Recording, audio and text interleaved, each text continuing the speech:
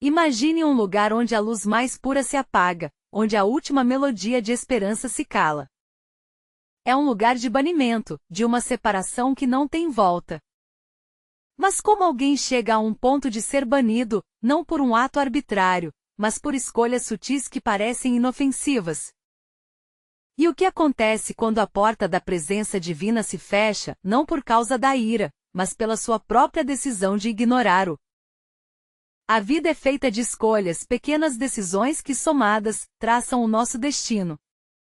Mas e se algumas dessas escolhas nos levassem para um caminho de não retorno? Uma estrada que passo a passo nos afastasse da fonte de toda luz, de toda glória, de todo poder? Essa é a história que a palavra de Deus nos convida a explorar, uma narrativa que, embora soe como um alerta, é também um convite urgente à reflexão. O que realmente significa ser banido da face do Senhor, e como podemos evitar essa jornada solitária? A palavra de Deus em 2 Tessalonicenses 1:9 nos diz os quais sofrerão, como castigo, a perdição eterna, banidos da face do Senhor e da glória do seu poder. Essa mensagem, tão poderosa e solene, foi escrita pelo apóstolo Paulo à igreja em Tessalônica. Eles eram cristãos que enfrentavam uma perseguição intensa, sofrendo por causa da sua fé. Mas ao mesmo tempo havia também falsos ensinamentos e uma certa confusão sobre a vinda do Senhor. Paulo queria encorajar os fiéis, mostrando que a justiça divina viria, tanto para recompensar os que perseveravam quanto para julgar aqueles que rejeitavam a verdade e perseguiam os justos. Ele falava de um dia em que o Senhor Jesus se revelaria do céu, com seus anjos poderosos, em chamas de fogo, para trazer retribuição aos que não conheciam a Deus e aos que não obedeciam ao Evangelho. É nesse contexto de perseguição e de expectativa da justiça divina que surge essa advertência sobre a perdição eterna, um destino para aqueles que, consciente e persistentemente, viram as costas para a face do Senhor e para a glória de seu poder. Vamos mergulhar na história de um homem chamado Silas, um nome fictício, mas cuja jornada ecoa verdades bíblicas profundas. Silas não era um homem mau em essência, na verdade, em seus primeiros anos de fé, ele caminhava perto da luz. Ele sentia a presença do Senhor em sua vida de uma forma tangível, e a glória do poder de Deus era uma realidade em seu dia a dia. Ele se deleitava na palavra, buscava a oração com fervor e compartilhava sua fé com paixão. Sua alma parecia encontrar repouso na face do Senhor, e sua vida era um testemunho vibrante do poder transformador do Evangelho. Mas, como muitas histórias humanas, a de Silas começou a mudar de forma quase imperceptível. Pequenas rachaduras apareceram em seu alicerce. Primeiro foi a sutil sedução do sucesso mundano. O trabalho que antes era um meio para glorificar a Deus, tornou-se um fim em si mesmo. As longas horas dedicadas ao serviço do Senhor foram gradualmente substituídas por horas extras no escritório, justificadas pela necessidade de prover para a família, um argumento que parecia nobre, mas que escondia uma busca crescente por reconhecimento e riqueza. Ele começou a racionalizar, dizendo a si mesmo que Deus queria que ele prosperasse, sem perceber que a prosperidade que ele buscava estava se tornando um ídolo, um véu entre ele e a face do Senhor. Depois vieram as companhias. Silas se viu cada vez mais cercado por pessoas que, embora fossem boas em um sentido social, não compartilhavam sua fé ou seus valores. As conversas sobre o Evangelho diminuíram, substituídas por discussões sobre finanças, política e prazeres efêmeros. O ambiente que antes o elevava, agora o puxava para baixo, lentamente, quase sem ele notar. Ele ainda frequentava a igreja, mas sua presença era mais um hábito social do que uma busca genuína pela glória de Deus. Sua oração tornou-se uma formalidade, sua leitura bíblica, uma tarefa. O verdadeiro ponto de virada veio quando ele enfrentou um dilema moral. Uma oportunidade de negócio que prometia grande lucro, mas que exigia um pequeno, quase imperceptível, desvio da ética.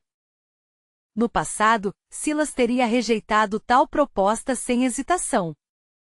Mas agora, com sua percepção espiritual embotada e seu coração endurecido pelas racionalizações, ele hesitou.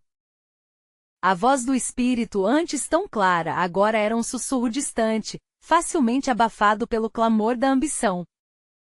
Ele escolheu o lucro, convencendo-se de que todos faziam assim e que Deus entenderia.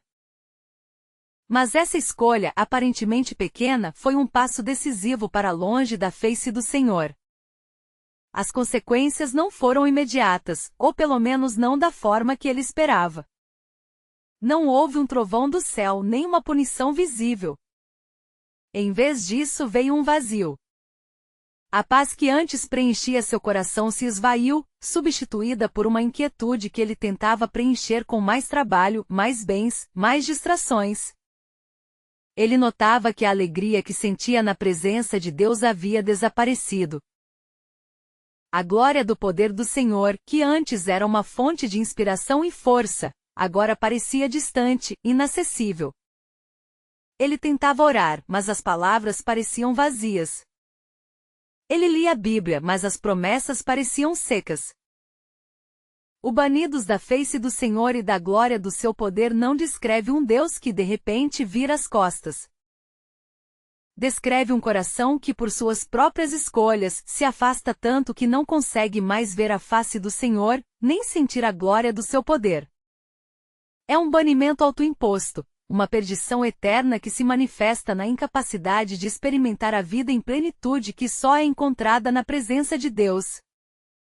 Silas não foi expulso, ele se afastou tanto que a porta da comunhão, antes escancarada, se fechou para ele, não porque Deus a trancou, mas porque ele parou de bater, parou de buscar, parou de querer entrar. Ele se tornou um exilado do amor, não por decreto divino, mas por sua própria negligência e persistência em um caminho de autossuficiência e indiferença. A luz se apagou para ele, não porque o sol deixou de brilhar, mas porque ele escolheu viver nas sombras, longe do calor e da vida que a presença do Senhor oferece. Senhor, nosso Deus e Pai, nesta reflexão profunda sobre as escolhas e suas consequências, nossos corações se voltam para a Tua santa presença. Reconhecemos a facilidade com que podemos por vezes nos desviar, buscando outras glórias e outras satisfações. Ajuda-nos a permanecer vigilantes, a manter nossos olhos fixos em Tua face e a valorizar a glória do Teu poder acima de tudo. Que o nosso desejo seja sempre estar perto de Ti em íntima comunhão, e que jamais nos afastemos da Tua luz. Amém. A história de Silas, com sua jornada de afastamento gradual, nos confronta com uma verdade perturbadora: a perdição eterna muitas vezes não começa com um grande ato de rebelião, mas com uma série de pequenas escolhas, pequenos desvios, pequenas justificativas. Não é um abismo que se abre de repente, mas uma ladeira suave que nos leva para longe, um passo de cada vez. A pergunta urgente para nós hoje é: onde estamos em nossa própria jornada? Há alguma área em nossa vida onde estamos, talvez inconscientemente, nos afastando da face do Senhor? Estamos priorizando a glória do mundo em detrimento da glória de seu poder? Não se trata de viver com medo de um Deus que busca punir, mas de compreender as consequências naturais de se afastar da fonte da vida.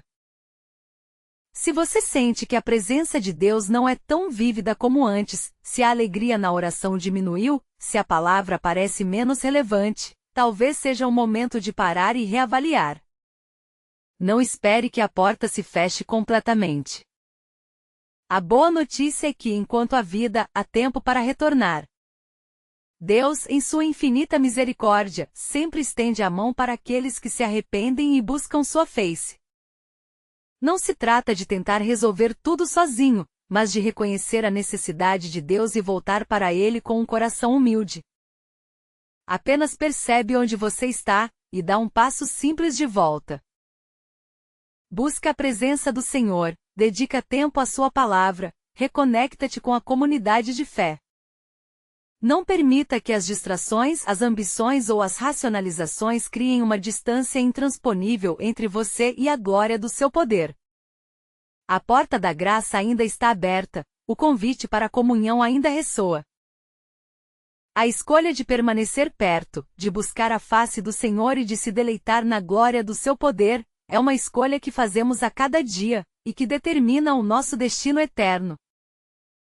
A história de Silas nos confronta com uma verdade solene e inegável: a perdição eterna não é um destino imposto por um Deus arbitrário, mas a triste e inevitável consequência de um coração que, passo a passo, escolhe se afastar, ignorar e, eventualmente, não buscar mais a face do Senhor e a glória do seu poder. É um caminho de solidão autoimposta, onde a luz se apaga não por falta do sol, mas pela escolha de viver na escuridão. Que esta narrativa nos sirva como um espelho e um chamado urgente. Um chamado para reavaliar nossas prioridades, para valorizar a presença de Deus acima de tudo e para garantir que a porta da comunhão com Ele permaneça sempre aberta em nossos corações. Sua escolha hoje define seu amanhã. O que você fará hoje para se manter perto da face do Senhor e da glória do seu poder?